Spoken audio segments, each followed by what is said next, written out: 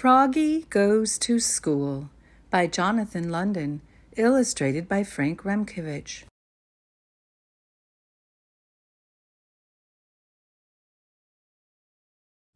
It was the first day of school. Froggy woke up and looked out the window. The sun was high in the sky. "Oh, no! The bus! The bus!" he cried. "I'll miss the bus!" He hopped out of bed and flopped outside. Flop, flop, flop.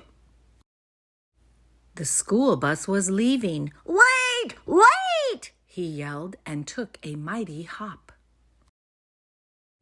The bus hissed to a stop and the door folded open. Froggy flopped up the steps, flop, flop, flop. But when he reached the top, everybody laughed and pointed their fingers. "Froggy!" yelled his friend Max. "What? Did you forget something?" Froggy looked down. "Oops!" He was in his underwear. He dashed to the back of the bus and hid behind Max's umbrella all the way to school.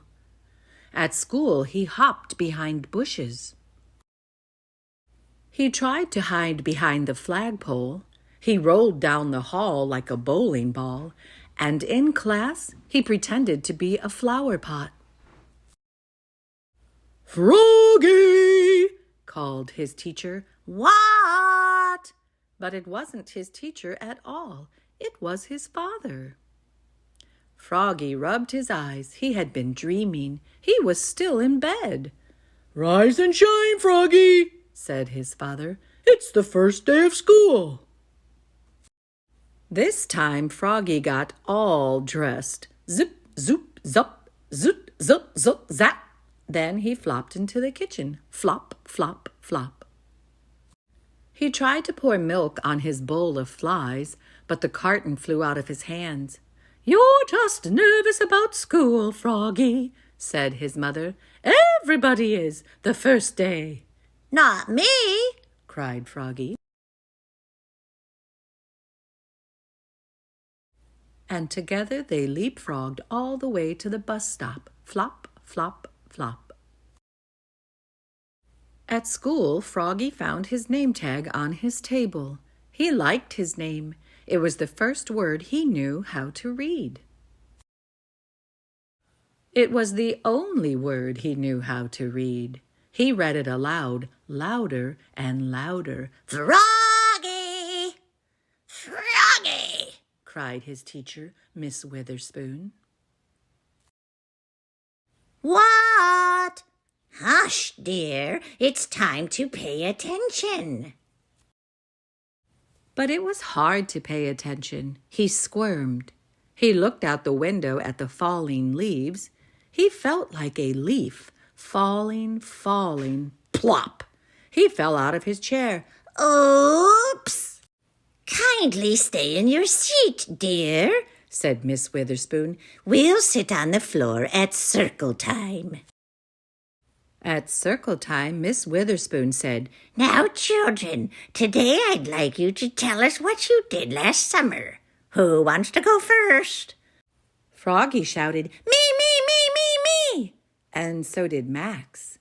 Miss Witherspoon went clap, clap, clap, clap, clap, and everybody went clap, clap, clap, clap, clap with her. Then they grew very quiet. "Now, one at a time," said Miss Witherspoon. When Froggy's turn came, he jumped up and said, "Last summer I learned how to swim." And he sang, "Bubble, bubble, toot, toot, chicken airplane soldier." Everybody jumped up and joined in. "Bubble, bubble, toot, toot, chicken airplane soldier." When, in walked the principal, Mr. Mugwort. "Bubble, bubble, oops!" cried Froggy, looking more red in the face than green. Mr. Mugwort glared at him.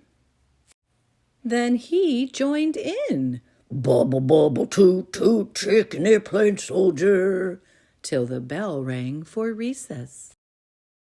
When Froggy flopped off the bus after school, his father said, "Froggy, how was your first day of school?"